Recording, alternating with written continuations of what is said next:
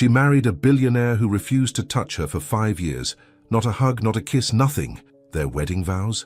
A cold business contract to save her dying mother. But when he discovers her heartbreaking secret letter, everything shatters. His cruel mother will stop at nothing to tear them apart, and a shocking pregnancy bombshell threatens to destroy their chance at love. Will she walk away on their anniversary, or give this broken man one last chance? You won't believe the explosive truth that's been hidden for 5 years. Before we get into the story, comment below where in the world you are watching from today. The morning sun streamed through the tall windows of the Vale mansion, casting long shadows across the marble floors. Amara Ellison sat alone at the massive dining table, sipping her tea in silence. At 28, she was striking, her dark skin glowing against the crisp white blouse she wore, her natural hair styled in neat twists. But her brown eyes, though beautiful, carried a sadness that never seemed to fade. 5 years. It had been 5 years since she'd walked into this cold, beautiful prison and signed her life away. The sound of footsteps made her straighten her posture. Christopher Vale entered the dining room, his tall frame impeccably dressed in a tailored suit. At 30, he was handsome in that classic privileged way. Strong jaw, perfect haircut, eyes the color of a winter sky. He nodded at her, the same acknowledgement he gave her every morning. Not a smile, not a good morning, just a nod. "Your coffee, Mr. Vale," said Martha, the housekeeper, placing the steaming cup in front of him. "Thank you," he replied, his voice deep but emotionless. Amara watched him from behind her teacup. Her husband, a man who had never touched her, never held her hand, never kissed her, a man who shared his last name with her but nothing else. "The Thompson meeting is at 10, she said, breaking the silence. As his wife, even if in name only, she kept track of his schedule. It was part of their arrangement. Christopher glanced at her, then back at his newspaper. "I know," 2 words. That was often all she got from him. "I'll be visiting my mother at the hospital today," Amara continued. "Dr. Patterson says the new treatment is showing promise." This time Christopher looked at her a moment longer. "Good," he said, before returning to his paper. Amara finished her tea, placed the cup down with a soft clink, and stood. No goodbye was necessary. They had perfected this dance of polite distance years ago. The hospital was bright and sterile, but to Amara, it was a second home. She walked confidently through the corridors, nodding at nurses who knew her by name after 5 years of regular visits. Her mother's room was at the end of the hall. Josephine Ellison had once been a vibrant, strong woman, a community organizer who fought for better schools and housing in their neighborhood. Now multiple sclerosis had confined her to a bed, stealing her mobility bit by bit. But it hadn't taken her spirit. "There's my beautiful girl," Josephine said as Amara entered the room, her voice warm despite her weakened body. Amara's face transformed. Here she smiled. Here she was loved. She bent down and kissed her mother's forehead. "How are you feeling today, Mom?" "Oh, you know me." Too stubborn to let this disease win, Josephine reached for her daughter's hand. "How are things at home? How's Christopher?" Amara's smile dimmed just slightly. "The same. He's busy with work." Josephine squeezed her hand. "That boy needs to learn there's more to life than those computers and deals." "It's okay, Mom. We have an understanding." Amara busied herself with arranging the fresh flowers she'd brought. "Besides, the important thing is, you're getting the best care. And Mark has just started his 2nd year of medical school, and Zoe is doing great in college. That's what matters." Josephine studied her daughter's face. "Your happiness matters too, baby." Tamara turned away, blinking back sudden tears. "I am happy. I have you, I have my siblings, that's enough." But they both knew it wasn't true. Christopher Vale sat in his corner office 40 floors above the city. Vale Technologies was his kingdom, an empire of innovation he'd built from the foundation his father left him. On the walls hung awards and magazine covers featuring his serious face. "Tech's most eligible bachelor," one headline read, completely ignoring the wedding ring on his finger.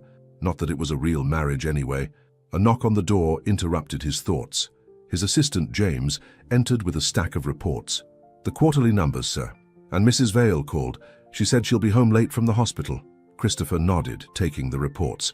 Mrs. Vale, Amara, the woman who lived like a ghost in his house. "Also, your mother called. Again. She's quite insistent about dinner next week." Christopher's jaw tightened. Eleanor Vale was the last person he wanted to see. "Tell her I'm busy." "I've told her that the last 3 times, sir. She says it's important. Family business." "Family." Christopher almost laughed. What did his mother know about family? She'd abandoned him and his father when he was just 10, running off with some European businessman. She only reappeared when his father died, and Christopher inherited everything. Fine. Schedule it. But at a restaurant, not at the house. Not where Amara might have to endure her. James nodded and left. Christopher turned to the window, looking out at the city below. Sometimes he wondered what his life would have been like if Gerald Ellison hadn't pushed him out of the way of that speeding car 15 years ago. If the man hadn't died saving him, leaving behind a wife and 3 children who would struggle without him. Children like Amara, who'd been just 13 then, a bright-eyed girl at her father's funeral, holding her younger siblings' hands, trying to be strong. He owed her. That's what he told himself every time he saw the sadness in her eyes. This arrangement was the least he could do for Gerald Ellison's daughter. Amara arrived home late, just as the sun was setting. The Vale mansion was lit up like a showpiece, which it essentially was. Christopher often hosted business associates, and the house needed to project success and stability, just like their marriage. She entered quietly, hanging her coat in the massive foyer. "Mrs. Vale," called Martha, appearing from the kitchen. "Mr. Vale asked me to tell you he had to attend a last-minute dinner meeting. He won't be home until late." "Thank you, Martha." Amara tried not to show her relief. Another evening alone was just fine with her. "I think I'll have dinner in my room tonight. I'll bring it up in a bit." "Oh, and this came for you today." Martha handed her an envelope. Amara recognized her sister Zoe's handwriting immediately. She took the stairs to her bedroom, her separate bedroom, of course, and sat on the edge of her bed to read the letter. "Dear Amara, college is amazing. I'm loving my psychology classes, and I've made so many friends. Thank you for the extra money you sent. I was able to buy all my textbooks and still have enough left over for a decent winter coat. How are you? Really, you always say you're fine in our calls, but I know you, sis. Are you still living like 2 strangers in that big house? You deserve so much more than this deal Dad made. I know you think you're honoring his memory, but he wouldn't want you to be unhappy. Please think about what you want for once. Love you always." Zoe Amara folded the letter, her throat tight. What did she want? She'd stopped asking herself that question years ago. She went to her desk and pulled out a notepad. She often wrote letters she never sent. It was her way of releasing the feelings she kept bottled up inside. "Dear Christopher, today marks 5 years since I walked down that aisle toward you. 5 years of silence, 5 years of loneliness. Sometimes I wonder if you even see me as a person, or just as an obligation, the daughter of the man who saved your life. I know our marriage was never meant to be real. I know you're still haunted by what Lisa did to you, how she betrayed you for your money. I know you've closed yourself off because you think it's safer that way, but I'm not Lisa. I never wanted your money. I just wanted my family to be okay. And now they are, thanks to you. My mother gets the best treatments. My brother is going to be a doctor. My sister is thriving in college. But I'm dying inside these walls. 5 years of living with a man who can't even look me in the eye. 5 years of pretending to the world that we're a normal couple. I don't regret our deal, but I regret that we couldn't find even a small measure of friendship in it. That would have made the loneliness bearable." Amara stared at the letter, then carefully folded it and tucked it into her desk drawer with all the others she'd written over the years. Confessions to a man who would never read them. Late that night, Christopher returned home. The house was quiet, the staff gone for the evening. He loosened his tie as he climbed the stairs, exhausted from a dinner with investors who asked too many personal questions. "Is it true you and your wife sleep in separate bedrooms? When are you planning to have children? I've never seen Mrs. Vale at company events. Is everything okay?" He stopped outside Amara's door. A sliver of light showed underneath. She was still awake. For a moment he considered knocking just to check on her, to ask about her mother, to have a real conversation. His hand rose, hovering near the wood. Then he dropped it and continued to his own room. Weeks passed in the same careful routine. Amara and Christopher circled each other like cautious planets, never colliding, never connecting. She managed the household and kept up appearances when necessary. He worked endless hours and provided for her family. It was exactly what they had agreed to 5 years ago, until Eleanor Vale decided to disrupt their delicate balance. The dinner with his mother had been tense, as Christopher expected. Eleanor, at 60, was still striking. Blonde hair expertly colored, face subtly lifted, designer clothes highlighting her thin frame. She'd remarried twice since leaving Christopher's father, though she was currently between husbands. "Darling, it's been too long," she said. air kissing his cheeks at the upscale restaurant. "What do you want, Mother?" Christopher didn't bother with pleasantries. They weren't that kind of family. Eleanor sipped her martini. "So direct, just like your father." She set down her glass. "I want to discuss this charade you call a marriage." Christopher's face hardened. "My marriage is none of your business." "Please," Eleanor scoffed. "Everyone knows it's a sham. You never appear together. She's not involved in any company functions, and let's be honest, she's not exactly from our circle, is she?" "Careful," Christopher warned, his voice low. "I'm just saying what everyone thinks. You married the girl out of some misplaced guilt over her father. It was noble in a misguided way, but it's been 5 years. Surely your debt is paid." She leaned forward. "I've had the family lawyers draw up annulment papers. You can set her up with a nice settlement. She'll be fine." Christopher stared at his mother, something cold and angry building in his chest. "You abandoned me when I was 10 years old. You have no right to come back now and dictate my life." "I'm thinking of the company, Christopher. The Vale name. We have a certain position to maintain. We're done here." Christopher threw his napkin on the table and stood. Eleanor called after him. "She'll never belong in our world. You know that as well as I do." He walked out without looking back. Amara knew something was wrong the moment Christopher came home that night. His face was tight, his movements stiff as he poured himself a whiskey in the living room. She should have gone upstairs, left him alone with his mood. That was their unspoken rule. Instead, she found herself asking, "Bad day?" Christopher looked up, almost surprised to see her there. For a second, his guard dropped, and she saw something raw in his eyes. "My mother," he said simply, downing his drink. "Ah." Amara knew all about Eleanor Vale. The woman had made it clear from the beginning that she thought Amara was beneath them. What did she want? Christopher poured another drink.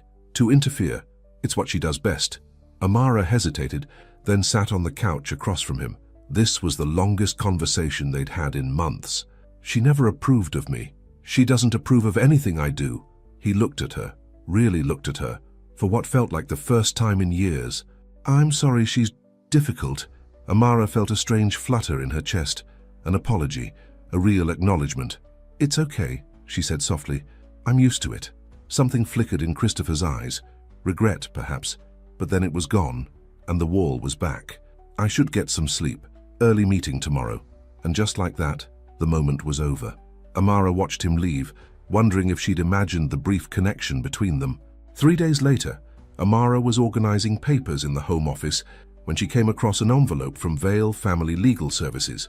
It had been opened, its contents partially visible. She shouldn't look. It was Christopher's business, but something made her pull out the document inside, and when she read the title, "Petition for Annulment," her heart seemed to stop. He was ending their marriage. After 5 years, he was finally cutting her loose. Her hands shook as she scanned the legal language. There was a settlement offer, generous enough to keep her mother in treatment and her siblings in school. Everything she'd married him for would still be taken care of. So why did it feel like her world was collapsing?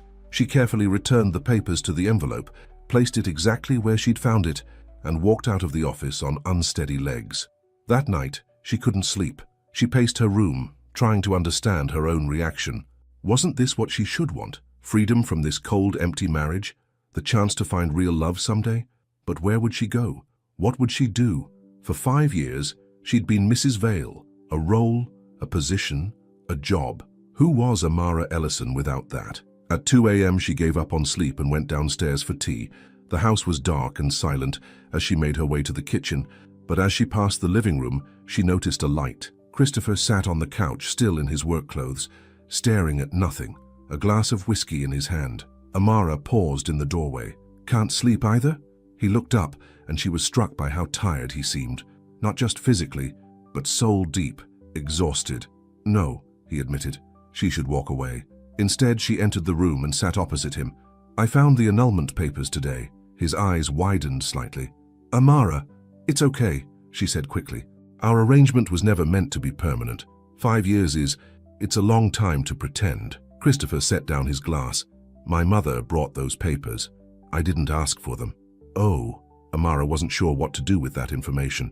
"But you're considering it?" He ran a hand through his hair, messing up the perfect style. "I don't know." Silence stretched between them, filled with 5 years of unspoken words. "Would you want that?" he finally asked. "An annulment?" The question caught her off guard. In 5 years, he'd never asked what she wanted. She hesitated. I don't know either. Christopher looked at her, really looked at her, and Amara felt exposed, as if he could suddenly see all the loneliness she'd been hiding. I should let you get your tea, he said, standing abruptly. But instead of leaving, he walked to the desk in the corner and opened a drawer. I need to give you something. He returned with a key. My father left a safety deposit box. When he died, I found a letter saying I should only open it with Gerald Ellison's daughter. With you. Amara stared at the key. Why didn't you tell me this before? At first I was angry. I didn't want to know what secret my father and yours shared. Then it just never seemed like the right time. And now it is, because your mother wants our marriage annulled. Christopher's jaw tightened. Tomorrow. We'll go tomorrow and open it together. Maybe then we'll both have answers. He left the room, leaving Amara with a key and more questions than she'd had in 5 years of marriage. The bank was downtown, an old stone building with brass fixtures and hushed voices. Christopher and Amara sat side by side in a private room, the long metal box between them. Would you like me to leave you alone? Asked the bank manager. No need, said Christopher. This won't take long. When the manager left, Christopher turned to Amara. You should open it. Her hands trembled slightly as she inserted the key and lifted the lid. Inside was a single envelope and a small velvet box. The envelope had both their names written on it in faded ink. Amara carefully opened it and pulled out a letter. Christopher and Amara, if you're reading this, then Christopher has honored the arrangement made between myself and Gerald Ellison, an arrangement born not just of obligation, but of hope. Gerald saved more than Christopher's life that day. He saved the future of a boy who had known too little love and too much expectation. In our many conversations after, as I helped support his family, Gerald and I often spoke of our children. We saw in you two something special, complementary strengths, Amara's warmth and compassion, Christopher's determination and brilliance. Gerald joked that you would make a perfect match someday. What began as a joke became a hope and then a plan. Not to force you together, but to give you the opportunity to find in each other what we believed was possible. The contract marriage was a means to fulfill my debt to Gerald and secure Amara's family's future. But our true hope was that living together, you might discover what we saw all those years ago. In the velvet box is my mother's ring, a Vale family heirloom. It belongs to you both, to use if and when your arrangement becomes something more. No pressure, no obligation. Just hope for two people we love deeply. Richard Vale. Amara finished reading, her vision blurred with tears. Next to her, Christopher sat perfectly still, his face unreadable. Slowly he reached for the velvet box and opened it. Inside was a stunning emerald ring surrounded by diamonds. They planned this, he said, his voice rough, all of it. Not exactly, Amara replied. They hoped. There's a difference. Their eyes met, and for the first time in 5 years, Amara felt Christopher truly seeing her. Not as an obligation, not as part of a deal, but as a woman. 5 years, he said softly. 5 years, and I never even tried to know you. Before she could respond, Christopher's phone rang. He checked it, his expression changing. It's the hospital, your mother's doctor. Amara's heart dropped as she took the phone. Ms. Ellison, there's been a complication with your mother. You should come right away. The world seemed to tilt. She handed the phone back to Christopher, already standing. I need to go. My mom. I'll drive you, he said immediately, closing the safety deposit box. Come on. For the first time since their wedding day, Christopher took her hand, and Amara, too worried to question it, held on tight. The hospital corridor seemed endless as Amara rushed forward, Christopher right behind her. For once, his usual composure was gone. His tie loosened, his expression concerned as he kept pace with her. Room 312, the nurse at the desk directed them. Dr. Patterson is waiting for you. Amara's heart pounded in her chest. She'd been in this hospital hundreds of times over the past 5 years, but never with this sense of dread. Dr. Patterson stood outside her mother's room, his face grave. Ms. Ellison, thank you for coming quickly. What happened? Amara asked, her voice shaking. Your mother had a seizure. We've stabilized her, but her condition has deteriorated significantly. The MS is progressing faster than we anticipated. Amara felt her knees weaken. She's conscious now, but very weak. You should see her. Christopher, who had been standing silently behind her, suddenly spoke. What treatment options do we have, Doctor? Dr. Patterson glanced between them. There's an experimental treatment at Mayo Clinic. It's shown promising results in cases like Mrs. Ellison's, but cost isn't an issue, Christopher interrupted. If it can help, make the arrangements. The doctor nodded. I'll start the paperwork. But you should know, the treatment is intensive. Mrs. Ellison will need full-time care afterward. She can come to the house, Christopher said, surprising Amara. We have plenty of space and we can hire nurses. Amara stared at him, speechless. In 5 years he'd never once suggested her mother come to their home. I'll let you visit with her now, Dr. Patterson said, stepping aside. Amara moved toward the door, then paused and looked back at Christopher. Thank you, she whispered. He nodded, his blue eyes intense. Go be with your mother. I'll handle everything else. Josephine Ellison looked small and fragile in the hospital bed, her once vibrant face now drawn with pain, but her eyes lit up when Amara entered. Baby girl, she said weakly. They called you? I told them not to worry you. Amara rushed to her side, taking her hand. Of course they called me. How are you feeling? Like I've been hit by a truck. Josephine tried to smile. But I'm still here. Tears filled Amara's eyes. You scared me. It takes more than this disease to keep me down. Josephine squeezed her daughter's hand. Was that Christopher I saw in the hall? Amara nodded. He drove me here. He's arranging for you to get treatment at Mayo Clinic. Josephine raised an eyebrow. Is he now? That's new. He also said you could come stay with us afterward at the house. Well, Josephine said, studying her daughter's face. Maybe that husband of yours is finally waking up. Christopher paced the hospital corridor, making calls. He'd already contacted his assistant to research the Mayo Clinic treatment, called the house staff to prepare a suite for Josephine, and reached out to a nursing agency about in-home care. Money is no object, he told them. I want the best care available.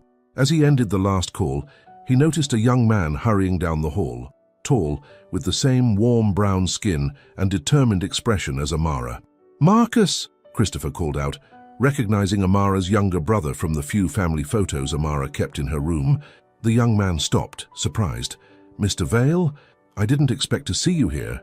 Christopher extended his hand. Christopher, please. Your sister is with your mother now. Marcus shook his hand, his eyes wary.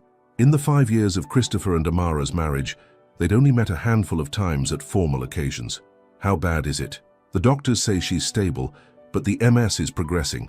I'm arranging for her to receive treatment at Mayo Clinic, and then she'll come stay at our house. Marcus's eyebrows shot up. Your house? Since when do you... He stopped himself. I'm sorry. That was rude. No, Christopher said, surprising himself with his honesty. It's a fair question. Things between Amara and me have been complicated. Complicated, Marcus repeated, a slight edge to his voice.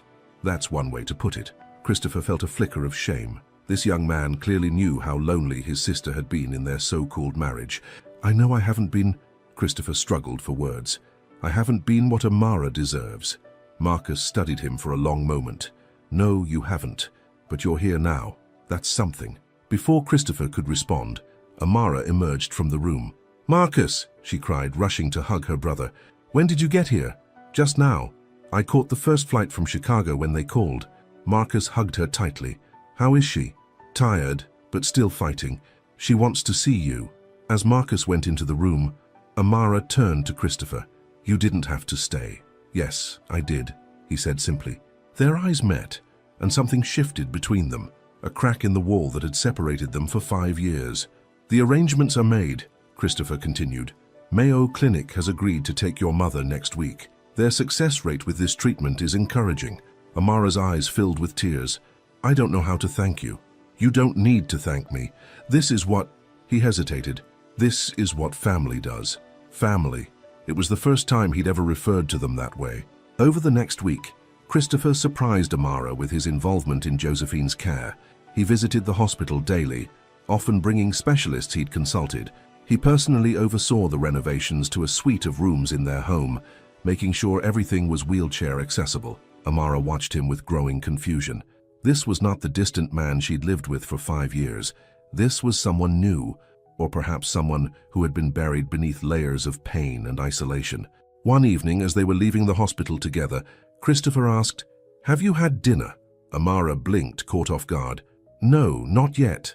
Would you like to get something? There's a good Italian place nearby. Her heart fluttered strangely. Are you asking me to dinner? A ghost of a smile touched his lips.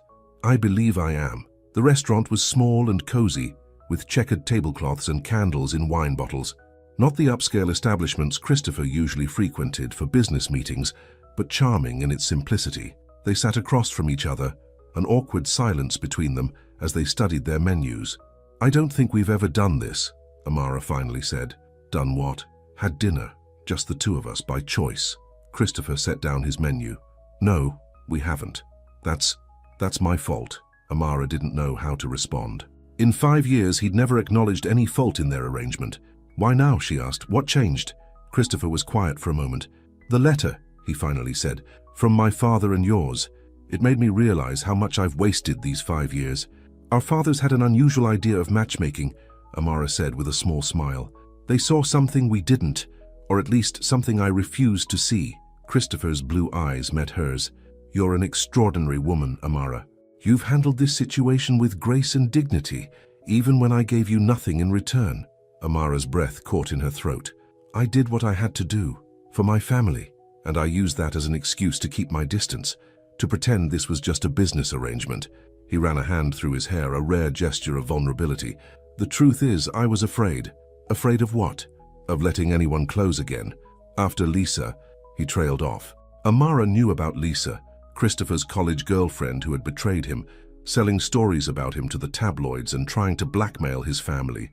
It had happened years before they met, but the wounds clearly ran deep. "Not everyone will hurt you, Christopher. I know that.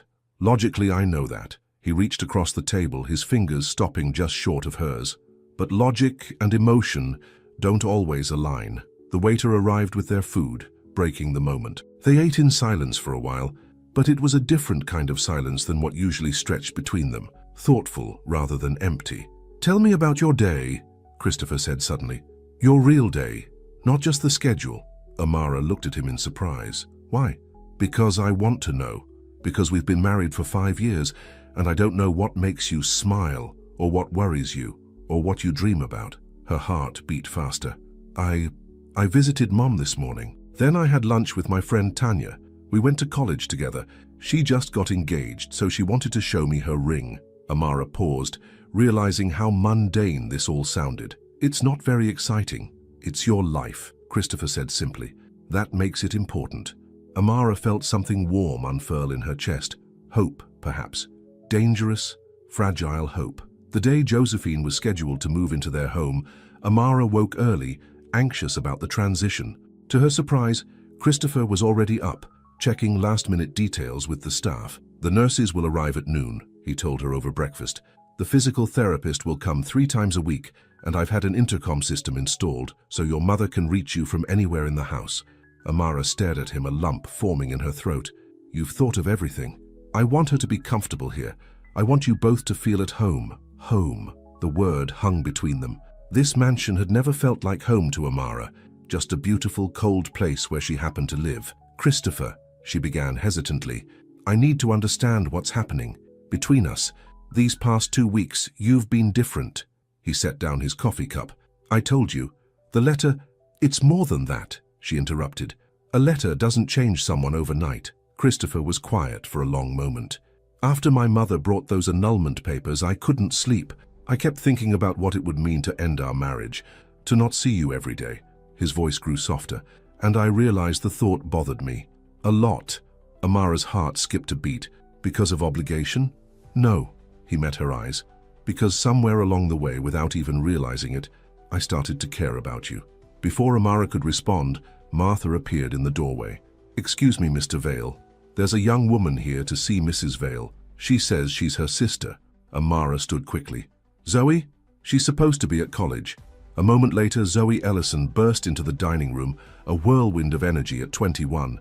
She was a younger version of Amara, same warm brown skin and expressive eyes, but with long braids and a more impulsive nature. "Surprise!" she exclaimed, rushing to hug her sister. "I couldn't let Mom move in without being here."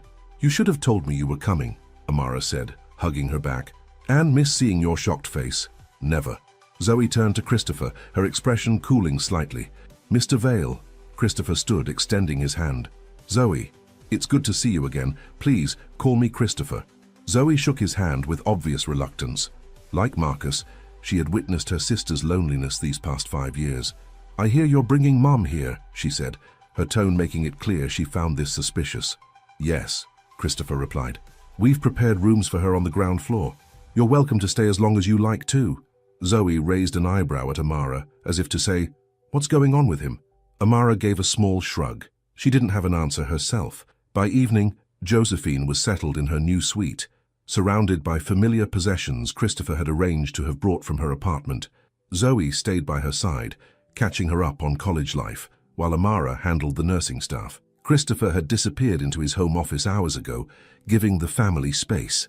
But as Amara passed by on her way to check on dinner, she heard his raised voice. I don't care what you think, Mother. My decision is final. Amara slowed her steps, not wanting to eavesdrop but concerned by his tone. It's my house and my marriage, Christopher continued. You lost any right to an opinion when you walked out on Dad and me. There was a pause and then, no, I will not reconsider the annulment. In fact, destroy the papers. I don't want to hear about it again. Amara's heart pounded in her chest. He was refusing the annulment, the easy escape from their arrangement. She hurried past the door before he could finish his call, her mind racing. What did this mean? Was he really starting to see their marriage as something more than a contract? And if he was, how did she feel about that?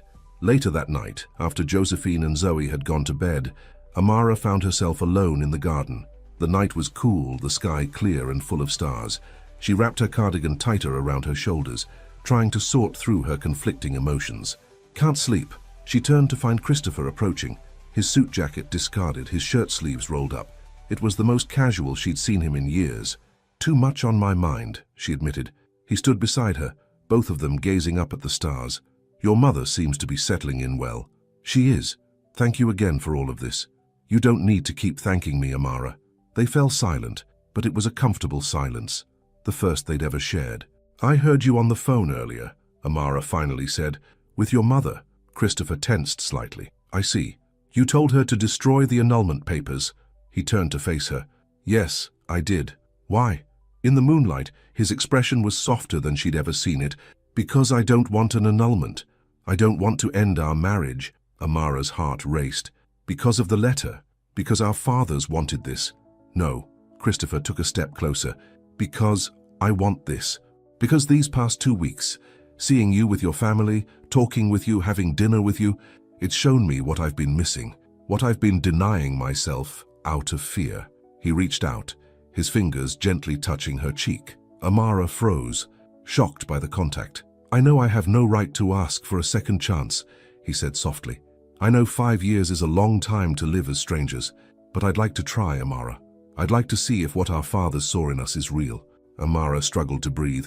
Part of her wanted to lean into his touch, to believe this change was permanent, but another part, the part that had endured 5 years of loneliness, was afraid to hope. I don't know if I can trust this, she whispered. Trust you, you've been so distant for so long. I know. His hand dropped to his side. I don't expect you to trust me overnight. I just hope you'll give me the chance to earn it. Before she could respond, a voice called from the house. Amara, are you out here? Zoe appeared on the patio, her silhouette framed by the light from inside. Mom's asking for you. I'll be right there, Amara called back. She looked at Christopher once more. I need time to think about this. He nodded. Take all the time you need, I'm not going anywhere. The next morning, Christopher was conspicuously absent from breakfast. Martha informed Amara that he'd left early for an important meeting. He asked me to give you this, the housekeeper said, handing Amara a small envelope. Inside was a note in Christopher's precise handwriting. Amara, I meant what I said last night. I want a real chance with you. Not because of our father's wishes, but because of my own. I'll be home this evening. Perhaps we could have dinner together again. Christopher Amara read the note twice, a smile tugging at her lips despite her reservations. Good news? Zoe asked, sliding into the seat across from her with a knowing grin. Amara quickly tucked the note away. Just Christopher letting me know his schedule. Right, Zoe drawled. That's why you're blushing. I am not blushing. You absolutely are. Zoe leaned forward. So what's going on with you two? And don't say nothing, because something has definitely changed. He actually looks at you now, and speaks in full sentences. Amara sighed. I don't know what's going on, to be honest. Ever since Mom got sick, he's been different, attentive, almost like a real husband. And how do you feel about that? Zoe asked, suddenly serious. Confused, hopeful, terrified. Amara stirred her tea absently. For 5 years, I've tried not to want more from this marriage. I've tried to be content with our arrangement, and now that he's offering more, I don't know if I can trust it. Do you have feelings for him? Zoe pressed. Amara hesitated. I don't know. I've spent so long pushing down any feelings that I'm not sure what's left. Well, figure it out, Zoe said firmly. Because if he's serious about making this marriage real, you need to be sure it's what you want too. Christopher's important meeting turned out to be with Eleanor Vale. She'd demanded to see him after their heated phone conversation, and he'd agreed to meet at her penthouse apartment. You're making a mistake, Eleanor said as soon as he walked in. This girl and her family will drain you dry. Christopher's jaw tightened. That girl is my wife, and her name is Amara. I'd appreciate if you used it. Eleanor waved a dismissive hand. Wife in name only. We both know the truth about your arrangement. The truth is changing, Christopher said evenly. My feelings for Amara are changing. Eleanor's perfectly made-up face showed her shock. Feelings? Don't be ridiculous. This is about guilt, nothing more. You're wrong. Christopher moved to the window, looking out at the city below. For 5 years I've kept her at a distance because I was afraid. Afraid of being hurt again, like with Lisa. Afraid of caring too much and losing everything. As you should be. That family is only interested in your money. Why else would she agree to such an arrangement? Christopher turned, his eyes cold. To save her mother's life, to help her siblings get an education. Not everyone is as selfish as you, Mother. Eleanor flinched as if he'd slapped her. How dare you? I came here today to make something clear, Christopher interrupted. I am not getting an annulment. Amara is my wife, and her family is now my family. If you can't accept that, then our relationship, whatever is left of it, is over. He moved toward the door, but Eleanor's voice stopped him. She'll never fit into our world, Christopher. The board members, the investors, they won't accept her as the real Mrs. Vale. Christopher turned, a cold smile on his face. Then they'll have to find another company to invest in, because I won't choose between Amara and Vale Technologies. You don't mean that, Eleanor gasped. The company is your life. No, Christopher said quietly. That's what I've been telling myself for years. But I'm starting to realize there's more to life than boardrooms and profit margins. He left without another word, feeling lighter than he had in years. When Christopher returned home that evening, he found Amara in the garden again, sitting on a bench with a book in her lap. She looked up as he approached, the setting sun casting a golden glow on her face. You're back, she said, marking her place in the book. I am. He sat beside her, leaving a respectful distance between them. How is your mother today? Good. The new medication seems to be helping with the pain. Amara studied his face. You look different. Do I? Lighter somehow, like you've put down a heavy weight. Christopher smiled. Perhaps I have. He took a deep breath. I saw my mother today. Amara tensed. Oh?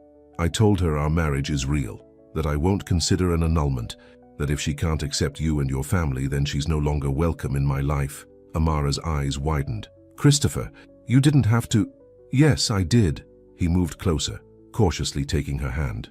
For too long I've let fear dictate my life. Fear of betrayal, fear of loss, fear of feeling too much. It kept me from seeing what was right in front of me. A woman of incredible strength and compassion. Amara looked down at their joined hands. This is happening so fast. 2 weeks ago we barely spoke to each other. I know, and I'll understand if you need time, if you can't trust this change in me yet. His fingers tightened gently around hers. But I'm asking for a chance, Amara. A chance to be the husband you deserve. She looked up, meeting his gaze. And what if it doesn't work? What if we try and find out we're too different, that our fathers were wrong about us? Then at least we'll know we tried. But I don't think they were wrong. His voice softened. The other night you asked me why now. What changed? It wasn't just the letter, or your mother's illness. It was finding this. He reached into his pocket and pulled out a folded piece of paper. Amara recognized it immediately. One of her unsent letters, the one she'd written on their 5th anniversary. You read my letter, she whispered, embarrassment and vulnerability washing over her. I found it when I was clearing space in the office for your mother's medical equipment. It had fallen behind the desk. His eyes were pained. The words you wrote about dying inside these walls, about 5 years of loneliness, they broke something in me, Amara, made me see what I'd done to you. A tear slipped down Amara's cheek. Those were private thoughts. I know, and I'm sorry for reading it, but I'm not sorry it opened my eyes. He reached up, gently wiping away her tear. You wrote that you would have been happy with even a small measure of friendship. I want to offer you so much more than that. Amara's heart pounded in her chest. What exactly are you offering, Christopher? A real marriage, a partnership, a chance for both of us to heal. He hesitated, then said softly, maybe even love someday. Love. The word hung between them, fragile and powerful. Amara stood, needing space to think. I need to check on my mother. Christopher remained seated, respecting her need for distance. Of course. She took a few steps, then turned back. Dinner tonight, 8 o'clock. We can talk more then. A smile spread across his face, a genuine smile that reached his eyes. I'll be there. Amara nodded and walked back to the house, her mind spinning and her heart full of cautious hope. Unknown to both Amara and Christopher, Eleanor Vale had not accepted her son's decision. Back in her penthouse, she made a phone call. It's me, she said, when the person answered. I need your help. It's about my son and his wife. The voice on the other end asked a question. Yes, she's become a problem. Christopher is actually developing feelings for her. Eleanor's voice hardened. I need you to find something, anything we can use against her or her family. Everyone has secrets. She listened for a moment, then smiled coldly. Perfect. And Michael, make it quick. I want this marriage over before it truly begins. She hung up, satisfied. Eleanor Vale hadn't built her own fortune after leaving her husband by being easily defeated. If Christopher wouldn't protect the Vale name and legacy, she would do it for him, whether he liked it or not. Dinner that night was intimate, just Amara and Christopher in the small breakfast nook rather than the formal dining room.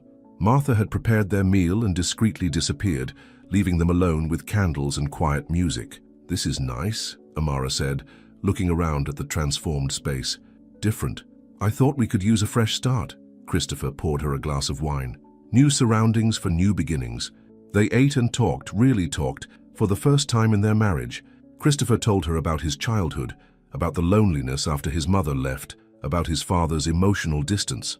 Amara shared stories of growing up with her siblings, of her father's community activism, of her own dreams of opening a community arts center someday. You never told me about that, Christopher said, genuinely interested. You never asked. Amara's voice held no accusation, just a simple statement of fact. I'm asking now, he said softly. Tell me everything I've missed these past 5 years. By the time they finished dessert, something had shifted between them. The wall that had separated them for so long hadn't disappeared entirely, but there were cracks now, places where light could shine through. As they stood to clear the dishes, Christopher's phone rang. He glanced at it and frowned. It's the hospital. Dr. Patterson. Amara froze, her mind immediately going to her mother. But Josephine was upstairs, resting comfortably. Christopher answered, his expression growing increasingly concerned as he listened. I understand. Yes, we'll be right there. What is it? Amara asked as he hung up. It's Marcus. There's been an accident at his medical school lab, some kind of chemical exposure. He's asking for you. Amara's hand flew to her mouth. Is he? He's stable, but they're worried about lung damage. Dr. Patterson is overseeing his care personally. Christopher was already grabbing his keys. I'll drive, we can be there in 20 minutes. Once again, they rushed to the hospital together, but this time, Christopher's hand found hers in the car, offering comfort and support. He'll be okay, Christopher promised. I'll make sure he gets the best care possible.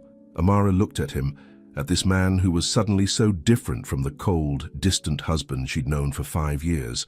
Why are you doing all this? Christopher kept his eyes on the road, but his voice was thick with emotion.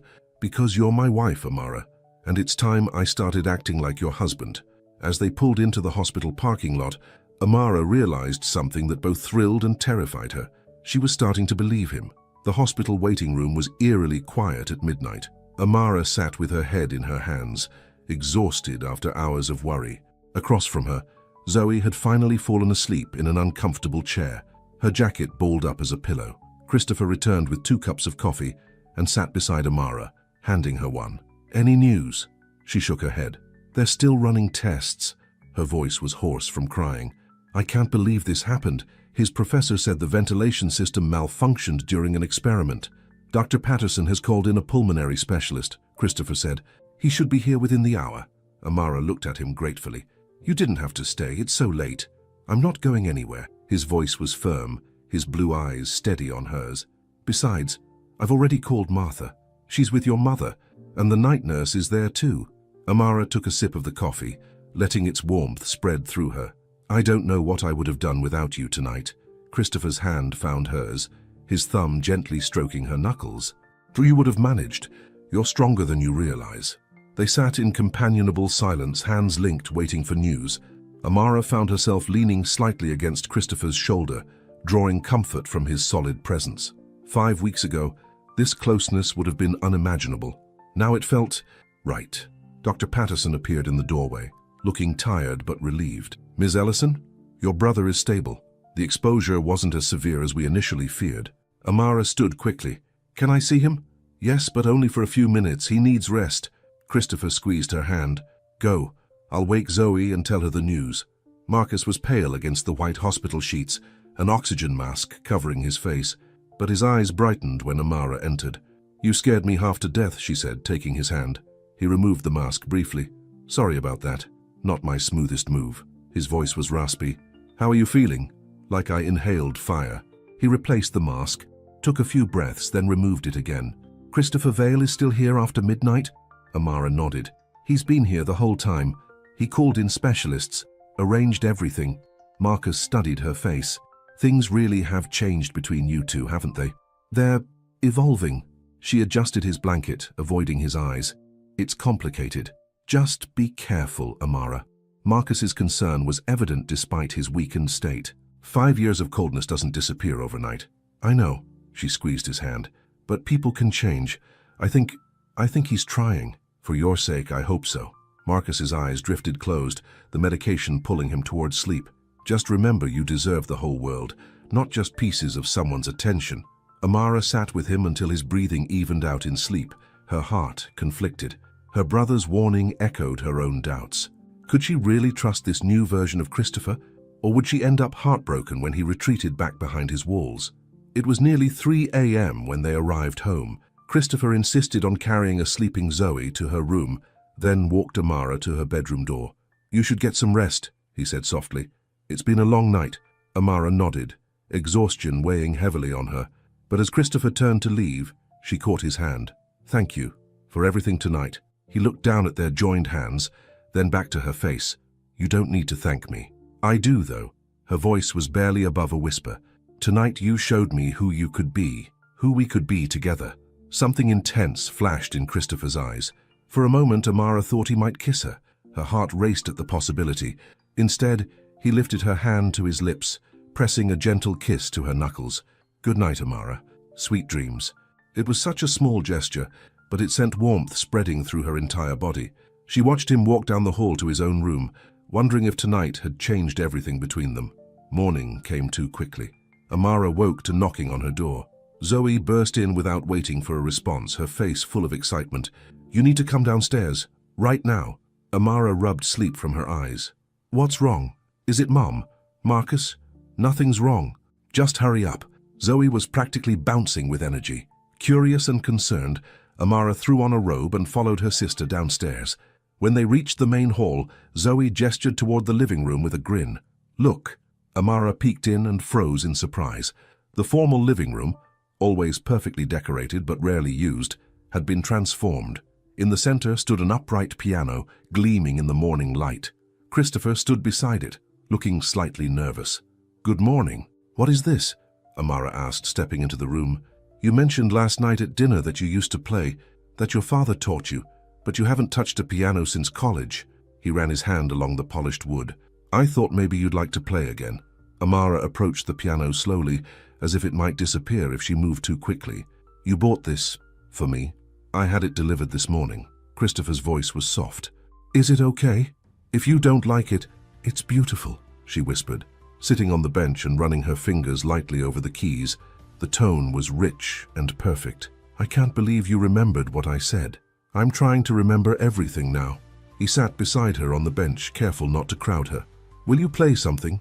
Amara hesitated, then began a simple melody, a song her father had taught her when she was young. Her fingers were rusty at first, but the muscle memory soon returned. The music filled the room, sweet and nostalgic. Christopher watched her, transfixed by the transformation in her face as she played.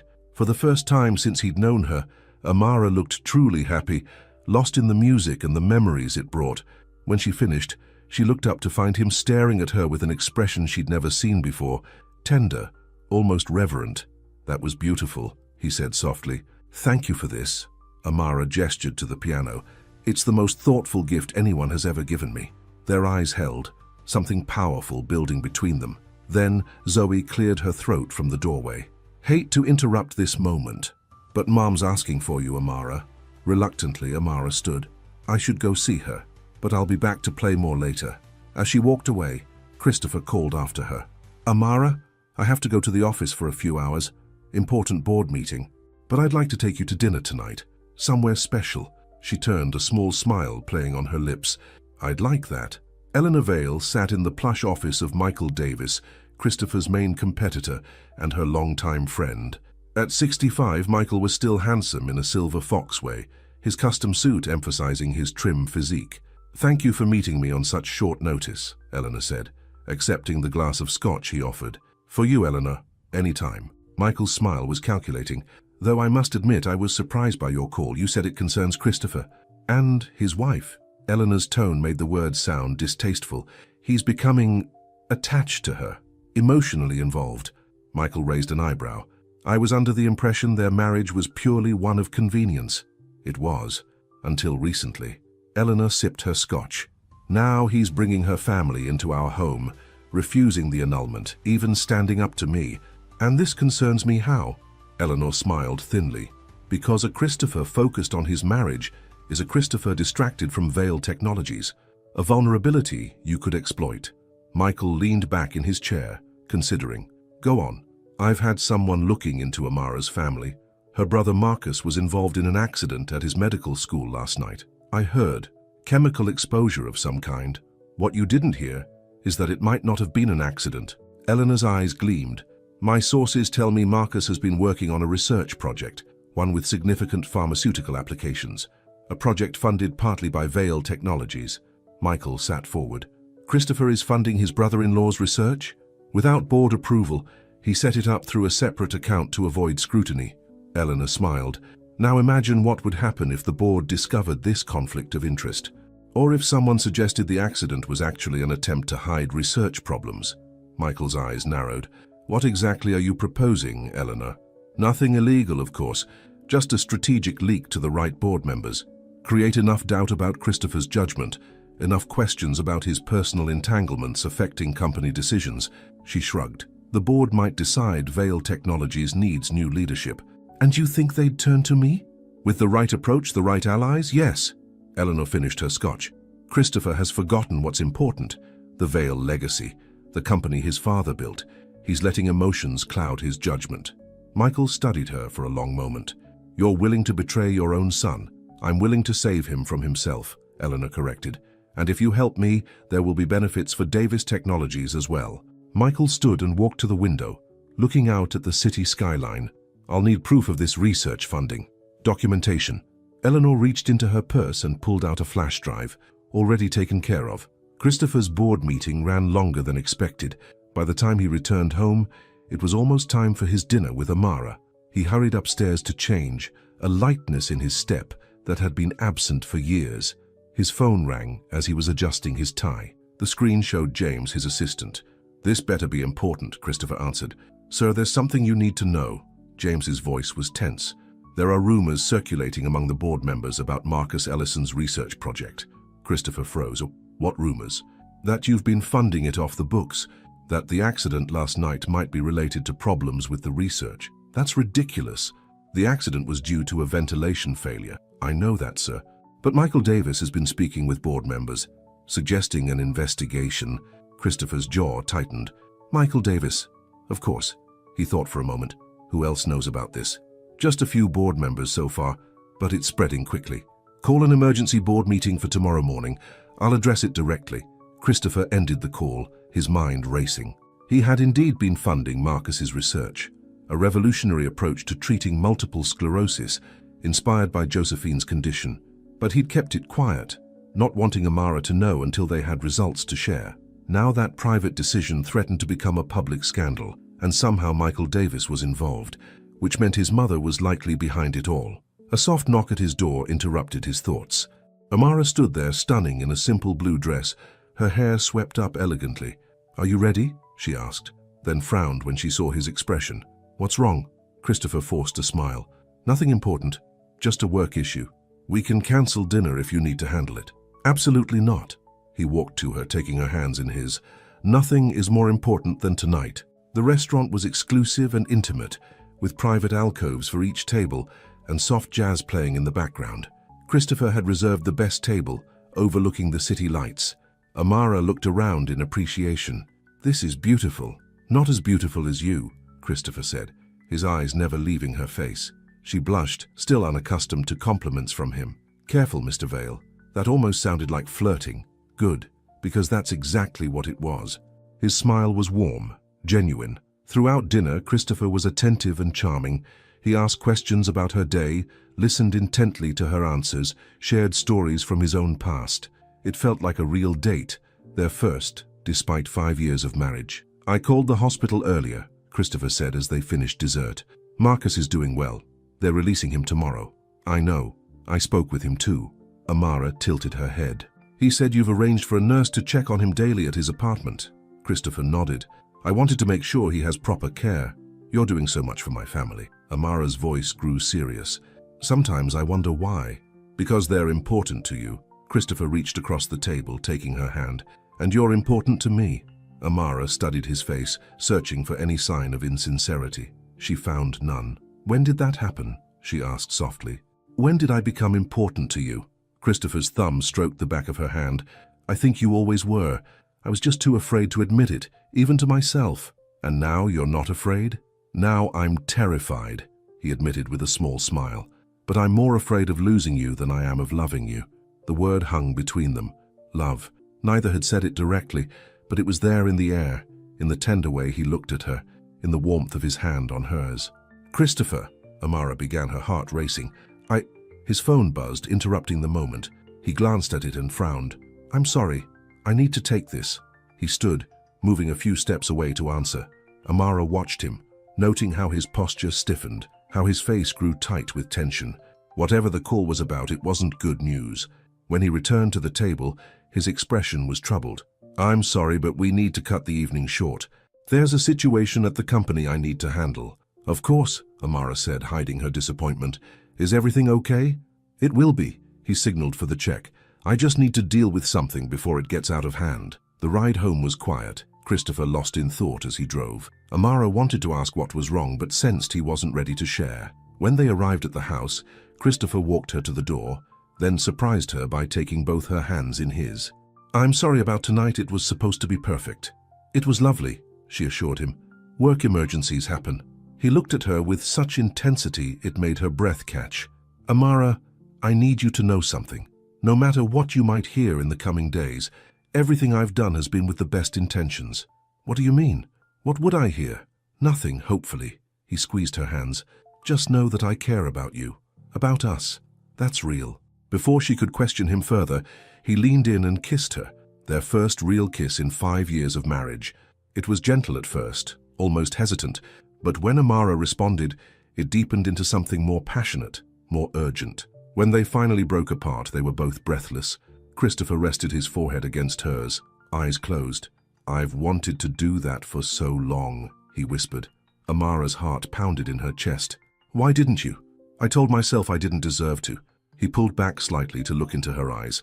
Maybe I still don't, but I can't fight this anymore. He kissed her once more, softly.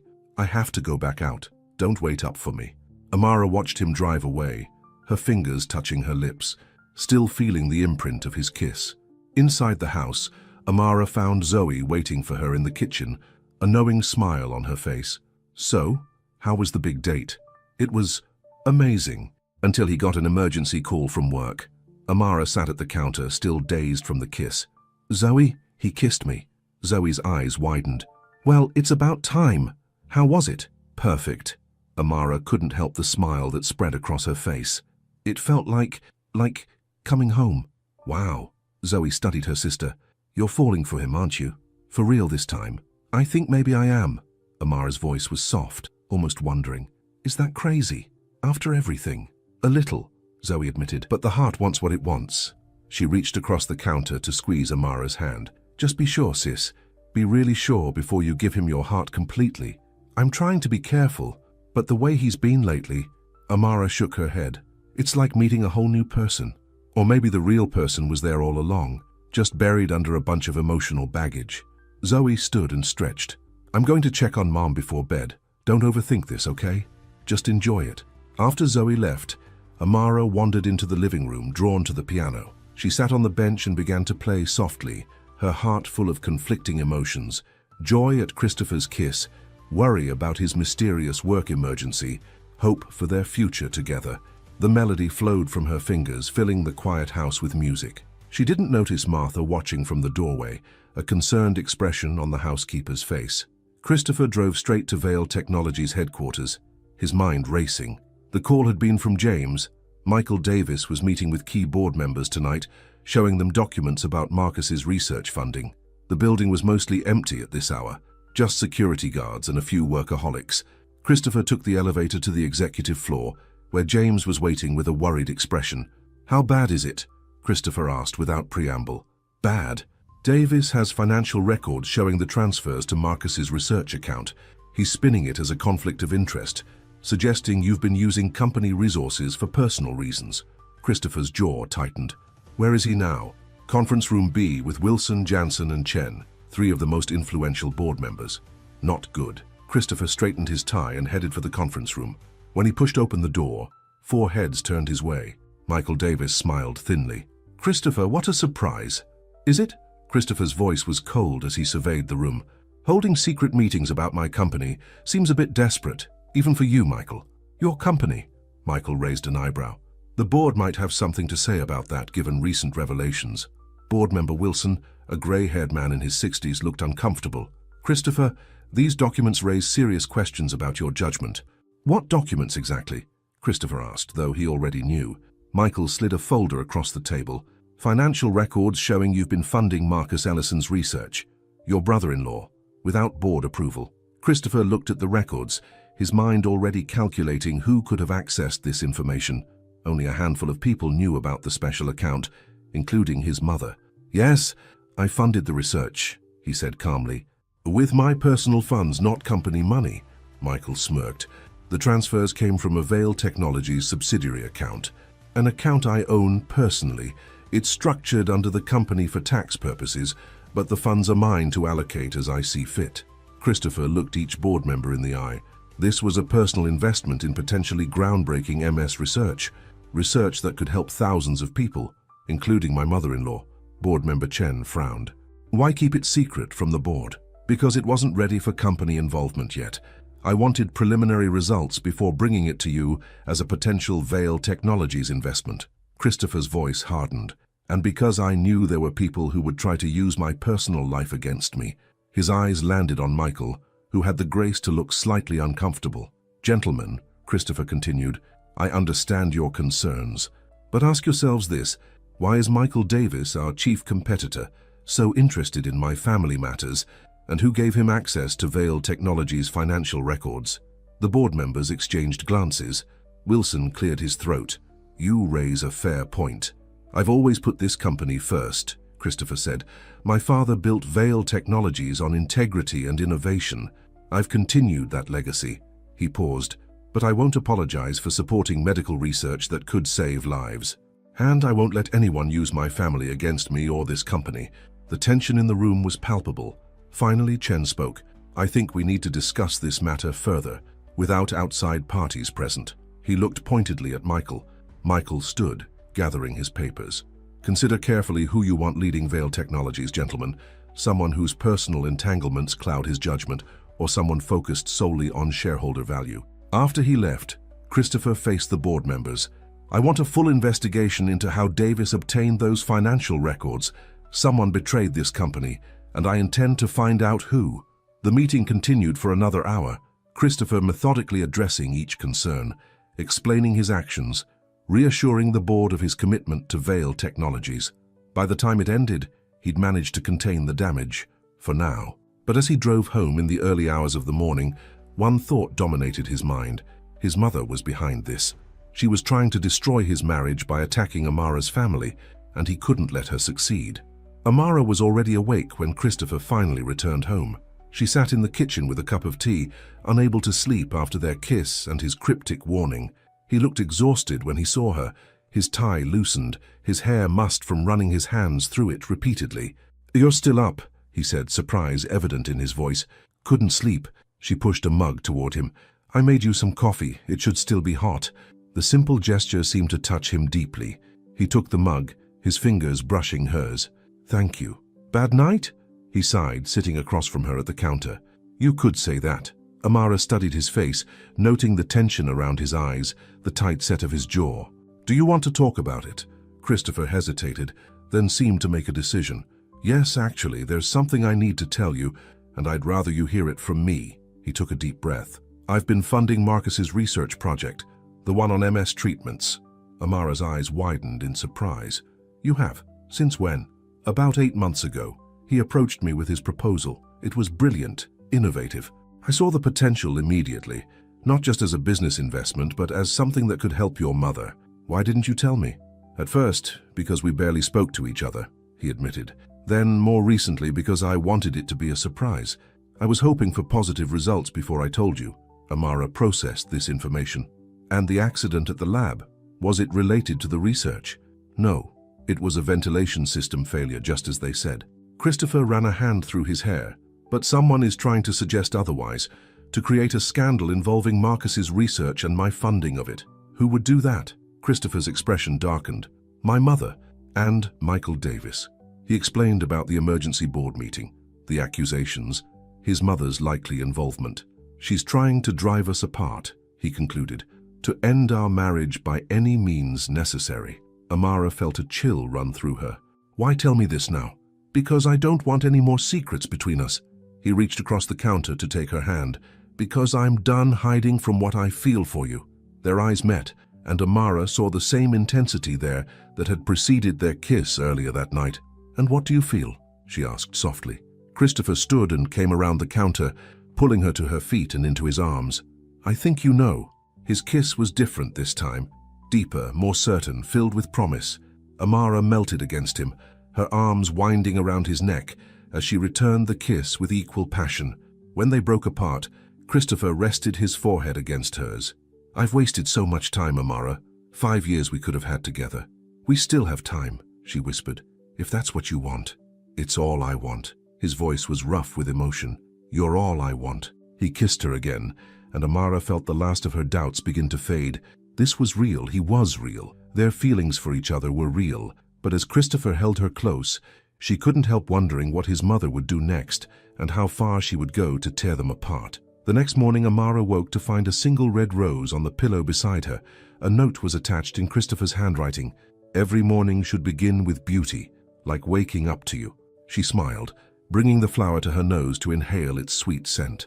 Last night had ended with more kisses, but Christopher had been a gentleman, walking her to her bedroom door and saying good night, despite the desire evident in his eyes. They both knew they needed time, to be sure, to heal, to trust completely. Downstairs, she found Zoe and Josephine in the sunroom, having breakfast together. Her mother looked better than she had in months, color in her cheeks, a sparkle back in her eyes. "There she is," Josephine said with a knowing smile. "The woman who got home very late last night." Amara blushed. "Mom, oh, don't mom me. I may be sick, but I'm not blind. Something's changed between you and Christopher." Zoe grinned. "She kissed him, Mom, or he kissed her. Either way, there was definitely kissing involved." "Zoe," Amara protested, though she couldn't help smiling. Josephine reached for her daughter's hand. "It's about time. That man has been looking at you like a starving man at a feast for weeks now." "It's more than that," Amara said, sitting beside her mother. "He's really trying, Mom, to be a husband, to be part of this family." "I know, baby." Josephine patted her hand. "I've seen the change in him. Just be careful with your heart." "That's what I told her," Zoe chimed in. "I am being careful," Amara assured them. "But I also think this might be real," Josephine smiled. "Love often comes when we least expect it. Sometimes it takes years to bloom, but when it does," she looked at her daughters with affection, "it's worth the wait." The moment was interrupted by Martha, who entered with a troubled expression. "Mrs. Vale, there's someone here to see you. A Ms. Lisa Warren?" Amara froze. Lisa, Christopher's ex-girlfriend, the woman who had betrayed him, sold his secrets, broken his trust. "She's very insistent," Martha added. "Says it's urgent." Amara exchanged a look with Zoe, who shrugged in confusion. "Show her in, Martha." A moment later, a stunning blonde woman entered the sunroom. She was expensively dressed, her makeup perfect, her smile practiced. "Amara Vale?" she asked, though she clearly knew the answer. "I'm Lisa Warren. I think we need to talk." Amara stood, instinctively placing herself between Lisa and her family. "What about?" "About Christopher, of course." Lisa's smile turned cold. "And about the truth of your marriage. The truth I think you deserve to know." Amara's heart pounded in her chest. "I know all I need to know about my marriage." "Do you?" Lisa tilted her head. "Do you know why Christopher really married you? Why he kept you at arm's length for 5 years?" "Lisa," Amara said evenly, "I think you should leave. Not until you hear what I have to say." Lisa pulled an envelope from her purse. "These are emails between Christopher and his mother from 5 years ago, right before he married you." She held out the envelope. "Read them, then decide if his sudden change of heart is real or if it's just another calculated move in the game he's been playing all along." Amara stared at the envelope but didn't take it. "Why would I believe anything from you? Christopher told me what you did to him." "Did he tell you everything?" Lisa's eyes gleamed. "Did he tell you I was pregnant with his child when he ended things? Did he tell you his mother paid me to disappear?" Amara felt as if the floor had dropped out from under her. "What?" "Ask him about the baby, Amara. Ask him what really happened 5 years ago." Lisa placed the envelope on a nearby table. "And when you're ready for the whole truth, read these."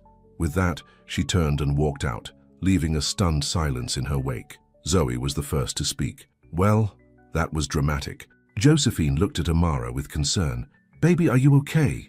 Amara stared at the envelope, her mind racing. Could Lisa be telling the truth? Or was this another manipulation, perhaps orchestrated by Eleanor Vale? "I don't know," she answered honestly, "but I'm going to find out." Christopher spent the morning in emergency meetings, damage control in full swing. By noon, he'd convinced most of the board that Marcus's research funding was above board and had launched an investigation into the security breach that had allowed Michael Davis access to confidential records. He was just finishing a call when James appeared in his doorway looking uncomfortable. "Sir, there's something you should know. Lisa Warren was seen entering your house this morning." Christopher felt as if he'd been punched in the stomach. "Lisa, you're sure?" Security cameras confirmed it. She was there for about 15 minutes. Christopher was already grabbing his coat. "Cancel my afternoon. I need to go home. Now." The drive felt endless, his mind racing with possibilities, none of them good. Lisa. Why now?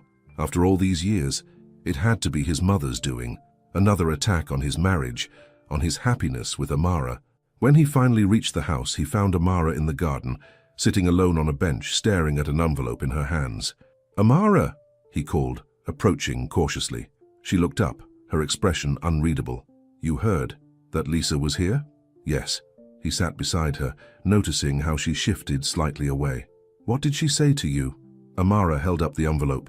"She gave me these emails between you and your mother from 5 years ago, about our marriage." Christopher's jaw tightened. "Have you read them?" "Not yet." Her eyes searched his face. "Should I?" "They're probably manipulated, taken out of context."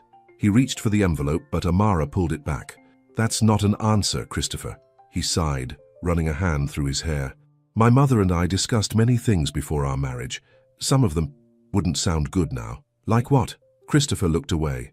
"Like the advantages of marrying Gerald Ellison's daughter, the positive press it would generate, the appearance of fulfilling a debt of honor." Amara's expression hardened. "So it was all calculated, a business decision." "At first, yes," he admitted. "I won't lie to you, Amara. When we married, I was still broken from what Lisa did. I didn't believe in love anymore. I saw our marriage as a transaction, a way to help your family while improving Vale Technology's image."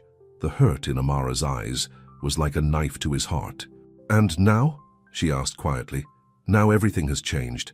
He reached for her hand, relieved when she didn't pull away. "Now I see you, really see you. The woman I've been living with for 5 years, the woman I should have known all along." Lisa said something else. Amara's voice was barely audible. "She said she was pregnant when you ended things, that your mother paid her to disappear." Christopher went very still. "She told you that? Is it true?" He stood abruptly, walking a few steps away before turning back to her. "Lisa claimed she was pregnant. I had no reason to believe her. She'd already lied to me about so many things. But my mother, she was afraid of a scandal. She offered Lisa money to go away, to take care of the problem. And did she take care of it? I don't know, Christopher said, his voice strained. She took the money and disappeared. I never heard from her again, until today apparently. Amara stood, clutching the envelope to her chest. What else haven't you told me? What other secrets are there? Amara, please. He moved toward her, reaching for her hands. Everything that matters, everything about us, about how I feel for you, that's all true. She stepped back. I need time to think, to process all this. Don't let my mother win, Christopher pleaded. Don't let her drive us apart again. This isn't about your mother, Amara said firmly. This is about trust, about honesty. How can we build something real if it's founded on secrets? Christopher looked stricken. You're right. I should have told you everything. He took a deep breath. Ask me anything, no more secrets. Amara studied his face, seeing the sincerity there, but the hurt was still too fresh. I need space, Christopher. Time to think. She turned and walked back toward the house, leaving him standing alone in the garden, the weight of 5 years of silence finally crashing down around him. Amara spent the rest of the day with her mother, finding comfort in Josephine's steady presence. They didn't speak much about Lisa's visit or the envelope, which remained unopened on Amara's bedside table. Sometimes, Josephine said as evening approached, the hardest thing to do is to trust again after being hurt. Amara looked up from the book she'd been pretending to read. I'm not sure I can. That's for you to decide, baby.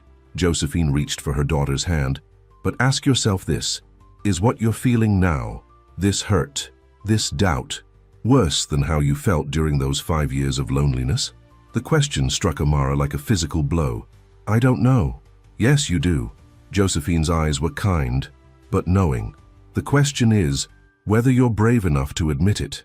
That night, unable to sleep, Amara finally opened the envelope. The emails inside were indeed exchanges between Christopher and Eleanor from 5 years ago, discussing the strategic advantages of marrying Gerald Ellison's daughter. The press will love the story, Eleanor had written. Marrying the daughter of the man who saved your life. It will generate goodwill for the company during the merger. Christopher's response had been equally calculating. As long as expectations are clear from the beginning, this is a marriage of convenience, nothing more. I have no intention of developing any real attachment. Amara's eyes filled with tears as she read. It was all there in black and white, the cold, business-like approach to their union, exactly as Christopher had admitted. But the last email in the stack gave her pause. It was from Christopher to his mother, dated just days before their wedding. The arrangement is set, but I want one thing clear. Amara Ellison will be treated with respect. She is making a sacrifice for her family, and I won't have her dignity compromised. She may not be the wife I would have chosen in different circumstances, but she will be my wife in name, and that name carries weight. Remember that. Amara read the email twice, trying to understand what it meant. Even then, when he had been at his most closed off, Christopher had defended her, protected her dignity, demanded she be respected.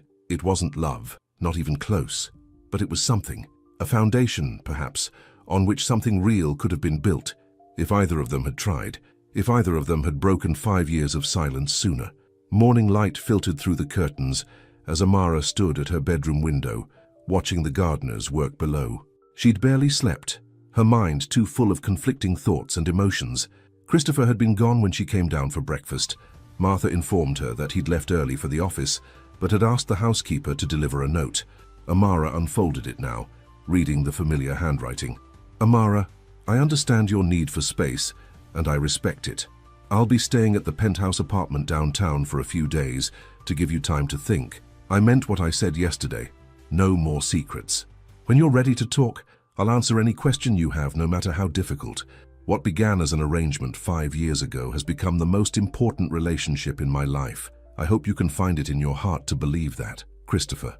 She folded the note carefully and placed it in the drawer with all her unsent letters, the ones that had detailed her loneliness over the years. The contrast between those painful confessions and Christopher's recent words and actions was stark. People could change, she knew that. But could she trust that his change was genuine? That it would last? A knock at her door interrupted her thoughts. Zoe peeked in, her expression concerned. You okay, sis? You barely touched your breakfast. Amara sighed. I don't know what I am right now. Zoe entered and sat on the edge of the bed. Did you read the emails? Yes. Amara joined her sister. They confirmed what Christopher already admitted, that our marriage was strategic, calculated. That's not exactly news, Zoe pointed out. You always knew that. I know, but seeing it spelled out like that, Amara shook her head. And then there's the Lisa situation. You mean the conveniently timed appearance of the ex-girlfriend? Zoe raised an eyebrow. Doesn't that seem suspicious to you? Right when you and Christopher are finally connecting? Amara had considered this. You think Eleanor sent her? Of course she did. That woman is determined to break you two up. Zoe took her sister's hand. The question is, are you going to let her? It's not that simple. Christopher kept secrets, important ones, about Lisa, about a possible child. From what you told me, he didn't know if there even was a child, and this all happened before you met him. Zoe squeezed Amara's hand. Look, I'm not saying you should just forgive everything instantly, but maybe give him a chance to explain, to prove himself. Amara was quiet for a moment. What if we're rushing into this? A few weeks ago, we barely spoke to each other. Now suddenly we're talking about real feelings, a real marriage. 5 years isn't exactly rushing, Zoe said dryly. Besides, sometimes it takes a crisis to make people realize what they really want. And what do I want? Zoe gave her a knowing look. I think you already know the answer to that. Christopher sat in his office, staring out at the city skyline without really seeing it. The emergency board meeting had gone well.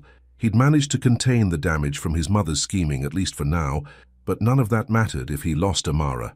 5 years. 5 years of keeping her at arm's length, of denying his growing feelings, of hiding behind the safety of their arrangement.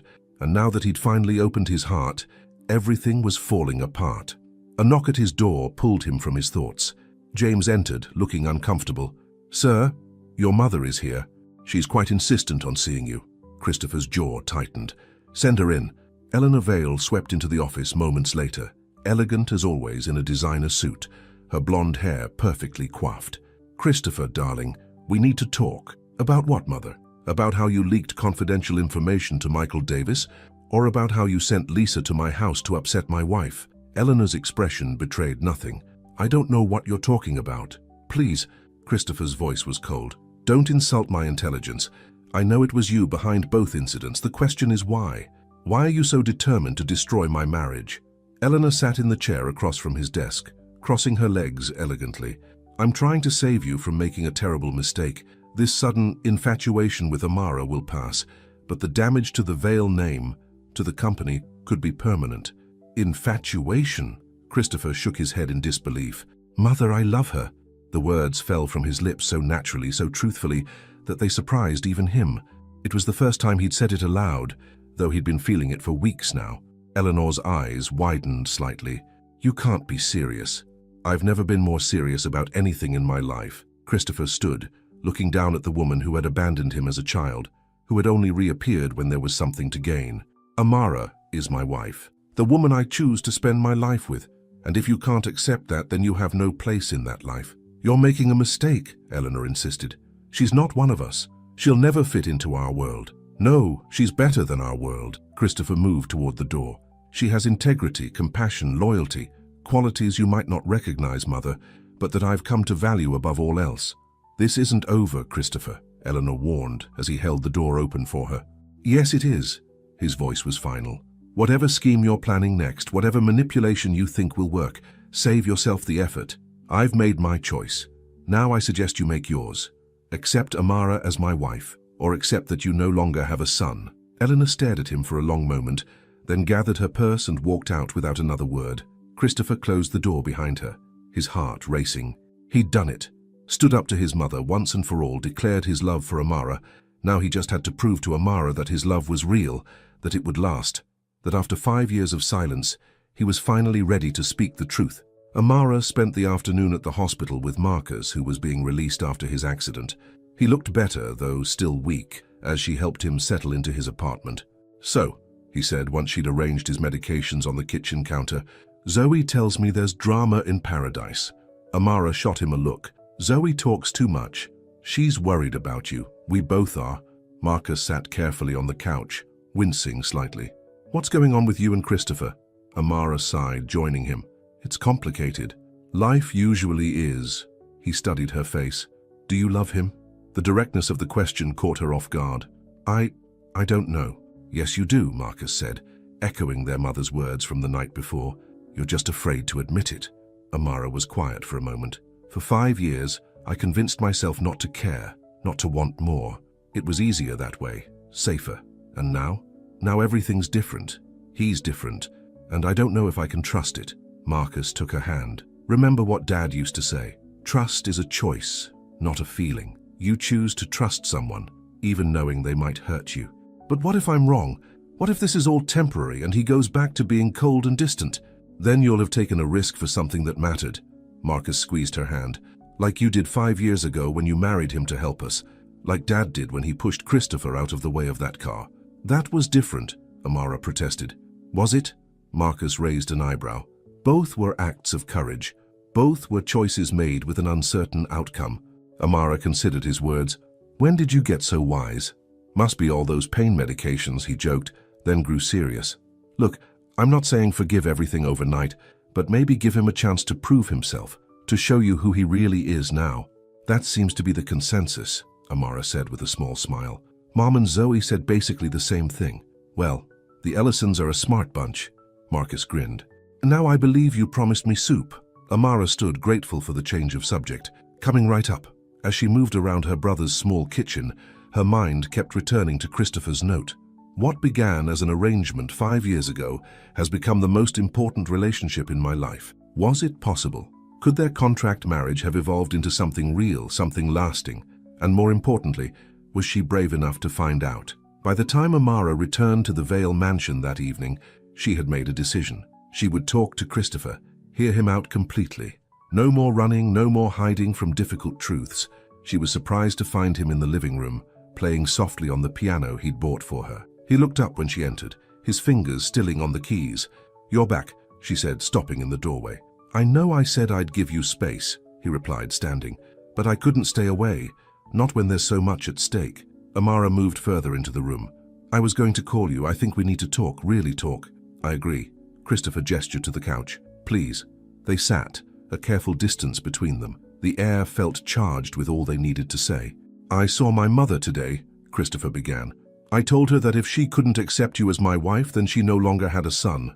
Amara's eyes widened. Christopher, you didn't have to... Yes, I did. His voice was firm. She was behind everything. The leak to Michael Davis sending Lisa to upset you. She thought she could drive us apart, make me choose the company over you. He shook his head. She was wrong. About what? About my priorities. Christopher shifted closer. Amara, these past weeks have shown me what truly matters. Not Vale Technologies, not my mother's approval, not some twisted notion of the Vale legacy. What matters is you, us, the life we could build together if you're willing to give me a second chance. Amara took a deep breath. I read the emails. Christopher nodded, his expression pained. I'm not proud of how I approached our marriage back then. I was cold, calculating. But you also defended me, she said softly. Even then you insisted I be treated with respect. Because even then I admired you, he admitted. Your strength, your dignity, your willingness to sacrifice for your family. I just wasn't ready to admit how much. Amara was quiet for a moment. Tell me about Lisa. The whole truth. Christopher sighed, running a hand through his hair. Lisa and I dated in college. She was beautiful, charming, and as I later discovered, only interested in my money. When I found out she'd been selling stories about me to the tabloids, I ended things. And the pregnancy? A week later, she came to me claiming she was pregnant. Given her history of lies, I was skeptical. But my mother, he shook his head. My mother panicked, offered her money to go away, to handle it quietly. Did you ever find out if there really was a baby? No. Lisa took the money and disappeared. I tried to find her afterward, to make sure she was okay, but she'd left the country. Christopher looked directly into Amara's eyes. I should have told you all this years ago. I'm sorry. Amara nodded, processing his words. What else haven't you told me? About us, about our marriage? Christopher was quiet for a moment, as if gathering his thoughts. After we married, I told myself I was just fulfilling an obligation to your father, that keeping my distance was the right thing to do. His voice softened. But the truth is, I was afraid of caring too much, of being vulnerable again. So what changed? Why now, after 5 years? It wasn't one moment. It was 1,000 little moments. Christopher's eyes were intense. It was watching you with your mother, seeing your kindness with the staff, hearing you play the piano. It was finding your letter and realizing how deeply I'd hurt you with my silence. He reached for her hand, and this time, She didn't pull away. Amara, I spent 5 years pretending not to see you, not to feel anything. I don't want to pretend anymore. The sincerity in his voice, in his eyes, made her heart race. Christopher, He placed a gentle finger on her lips. Before you say anything, there's something I need to tell you. Something I should have said days ago. Christopher took both her hands in his eyes never leaving hers. I love you, Amara. Not because of our arrangement, not because of our father's wishes. I love you because of who you are. Strong, compassionate, forgiving. I love your loyalty to your family, your quiet dignity, your resilience. Tears filled Amara's eyes as the words she'd never expected to hear washed over her. I know I don't deserve a second chance, Christopher continued, his voice rough with emotion. I know 5 years is a long time to waste, but if you'll let me, I want to spend the rest of my life making it up to you. Amara took a shaky breath. I'm afraid, she admitted. Afraid to believe this is real. Afraid it won't last. I'm afraid too, he said softly. Afraid I've realized too late what was right in front of me all along. Afraid you won't be able to forgive 5 years of silence. Their eyes held, both vulnerable, both exposed in a way they'd never been before. What do we do now? Amara whispered. Christopher brought her hands to his lips, kissing them gently. We start over. We build something real day by day. No more pretending, no more distance. And if it doesn't work, then at least we'll know we tried. His eyes were steady on hers. But I believe in us, Amara. I believe we can find what our fathers hoped for us. Not because they arranged it, but because we choose it for ourselves. Amara felt something shift inside her, a wall crumbling that had protected her heart for 5 long years. I want to believe that too. Then believe it, Christopher urged, moving closer. Believe in us. He leaned in slowly, giving her time to pull away if she wanted. But Amara didn't move, her heart pounding as his lips met hers in a kiss that felt like a promise, like a beginning. When they broke apart, she rested her forehead against his. I need you to know something too. What's that? He whispered. I think I'm falling in love with you, she admitted, the words both terrifying and freeing. The real you, the man who arranged treatment for my mother, who supports my brother's research, who bought me a piano because he remembered I used to play. Christopher's smile was radiant. Say it again. I'm falling in love with you, Amara repeated, more confidently this time. And it scares me to death. We'll be scared together, he promised, pulling her close. No more silence between us, Amara. No more distance, just truth from now on. She nodded against his chest, feeling the steady beat of his heart. Truth, she agreed. The weeks that followed were a revelation for both Amara and Christopher. Each day brought new discoveries, new connections, as they built a real relationship from the foundation of their arrangement. Christopher moved his things into Amara's bedroom, both of them agreeing that they needed a fresh start, away from the room he'd occupied during their years of separation. They talked for hours each night, sharing stories from their childhoods, dreams for the future, fears they'd never voiced to another soul. During the day, they worked together, Christopher focusing on Veil Technologies, Amara developing plans for the community arts center she'd always dreamed of opening. Christopher surprised her by purchasing a building in her old neighborhood, offering it as a space for her vision to take shape. It's your project, he insisted, when she protested that it was too much. I'm just providing the canvas. The masterpiece will be all yours. Josephine watched their blossoming relationship with satisfaction. I always knew there was something there, she told Amara one afternoon as they sat in the garden. Even when you two barely spoke to each other, I could see it in the way he looked at you when he thought no one was watching. Why didn't you say anything? Amara asked. Josephine smiled. Some things people need to discover for themselves in their own time.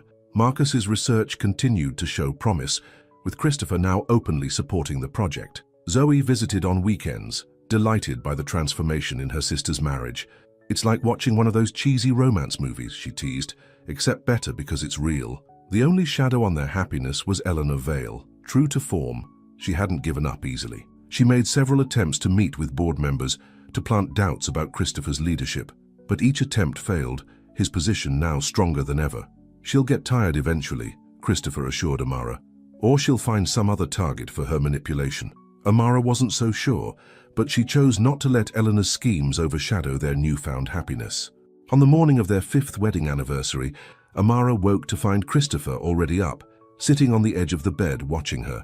That's slightly creepy, she murmured with a sleepy smile, just appreciating the view. He leaned down to kiss her softly. Happy anniversary. Amara wrapped her arms around his neck, pulling him closer. Happy anniversary. For a moment, they just held each other, both marveling at how much had changed in the past few months. "I have something for you," Christopher said, reaching into the drawer of the bedside table. He pulled out the small velvet box they'd found in the safety deposit box, the one containing his grandmother's emerald ring. "Christopher," Amara breathed, sitting up as he opened the box. "5 years ago we made a contract," he said, his eyes holding hers. "Today, I want to make a vow, a real one, from my heart to yours." He took the emerald ring from the box. "Amara Ellison Vale, will you marry me? Not for obligation, not for appearances, but for love." Tears filled Amara's eyes. "We're already married," she reminded him with a watery laugh. "On paper, yes, but I want more than that." Christopher's voice was earnest. "I want to stand before our families, before God, and promise to love you for the rest of my life, the way I should have 5 years ago." Amara's heart felt too full for words. She simply nodded, extending her hand so he could slip the ring onto her finger beside her wedding band. "Is that a yes?" he asked, his own eyes suspiciously bright. "Yes," she whispered. 1,000 times yes. Their kiss was tender, full of promise and possibility. When they finally broke apart, Christopher rested his forehead against hers. "No more silence between us," he murmured. "No more distance. No more pretending," Amara agreed. "Just truth, just love." The renewal ceremony was held in the garden of the Vale mansion 3 months later. Unlike their first wedding, a lavish, impersonal affair designed to generate press, this one was intimate, with only family and close friends in attendance. Josephine, now in remission thanks to the Mayo Clinic treatment, sat in the front row, beaming with pride. Beside her were Marcus and Zoe, both visibly moved by the transformation in their sister's marriage. Notably absent was Eleanor Vale. She had received an invitation, an olive branch extended by Amara despite Christopher's reservations, but had declined to attend. As Amara walked down the aisle in a simple ivory dress, her eyes locked with Christopher's. The look on his face, pure love, unguarded and unashamed, brought tears to her eyes. This time, when they exchanged vows, the words came from their hearts, not from a carefully crafted script designed for public consumption. "5 years ago, I made you a promise based on obligation," Christopher said, his voice carrying clearly in the garden. "Today, I make you a promise based on love.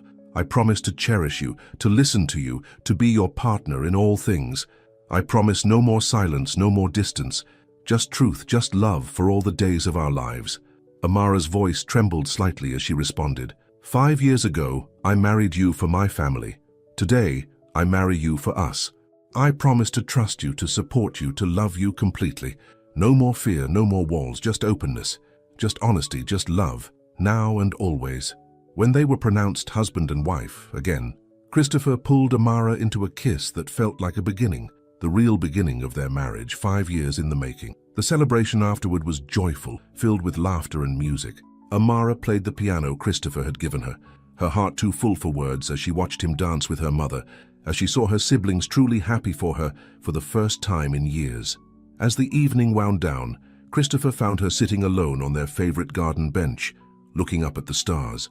"Penny for your thoughts, Mrs. Vale," he said, sitting beside her and taking her hand. "I was just thinking about how far we've come," Amara replied. 5 years of silence, and now this?" Christopher lifted her hand to his lips. "Do you regret any of it, the years we lost?"